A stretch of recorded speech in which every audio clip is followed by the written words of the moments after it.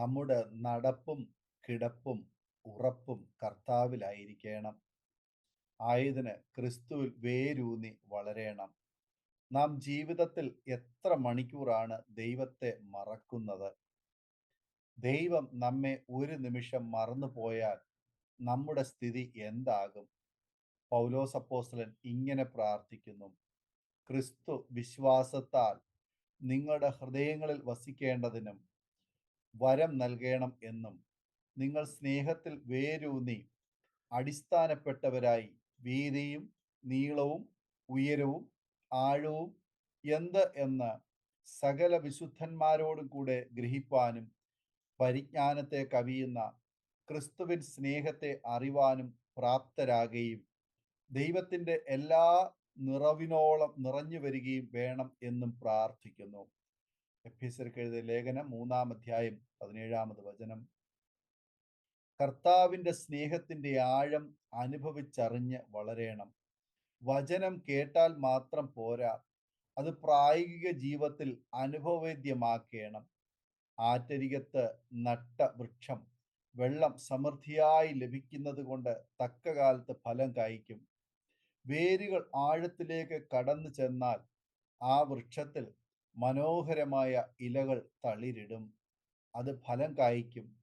നമ്മുടെ പൂർവ്വപിതാക്കന്മാർ വിശ്വാസത്താലും വചനത്താലും ദൈവകൃപയാലും വേരൂന്നി നിന്നതുകൊണ്ടാണ് അവർ സകല പ്രതികൂലങ്ങളെയും അതിജീവിച്ച് ഫലമണിയുകയും ഫലമേകുന്ന ഒരു തലമുറയെ വാർത്തെടുക്കുകയും ചെയ്തത്.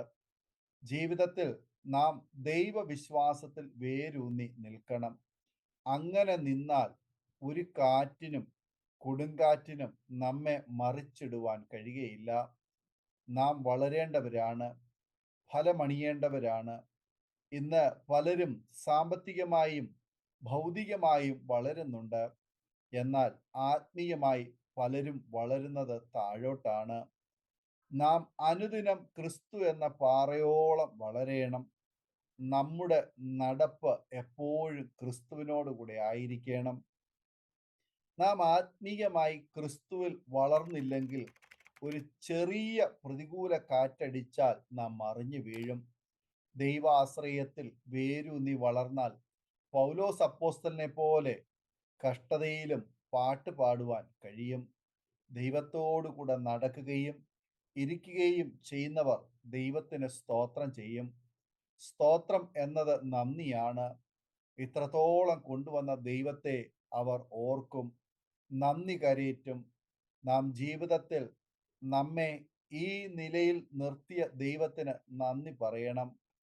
ആത്മാവ് നിറഞ്ഞവരായി സങ്കീർത്തനങ്ങളാലും സ്തുതികളാലും ആത്മീക ഗീതങ്ങളാലും തമ്മിൽ സംസാരിച്ചും നിങ്ങളുടെ ഹൃദയത്തിൽ കർത്താവിന് പാടിയും കീർത്തനം ചെയ്തും നമ്മുടെ കർത്താവായ യേശുക്രിസ്തുവിൻ്റെ നാമത്തിൽ ദൈവവും പിതാവുമായവന് എല്ലായ്പ്പോഴും എല്ലാറ്റിനു വേണ്ടിയും സ്തോത്രം ചെയ്തു കൊള്ളുവീൻ എന്ന് എഫേസ്യ ലേഖനം 5:17-19 വരെ വായിക്കുന്നു.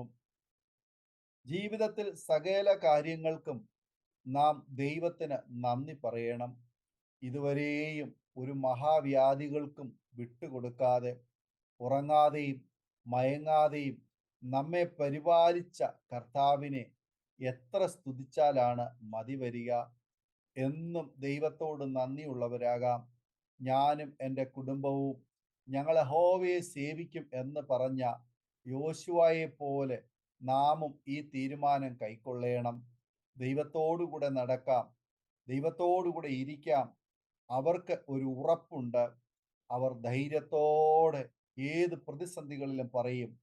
എന്നാൽ ദൈവത്തെ സ്നേഹിക്കുന്നവർക്ക്, നിർണയപ്രകാരം വിളിക്കപ്പെട്ടവർക്ക് തന്നെ സകലവും നന്മയ്ക്കായി കൂടി വ്യാപരിക്കുന്നു എന്ന് നാം അറിയുന്നു. റോമാലേഖനം 8-ാം അധ്യായം 28-ാമത് വചനം.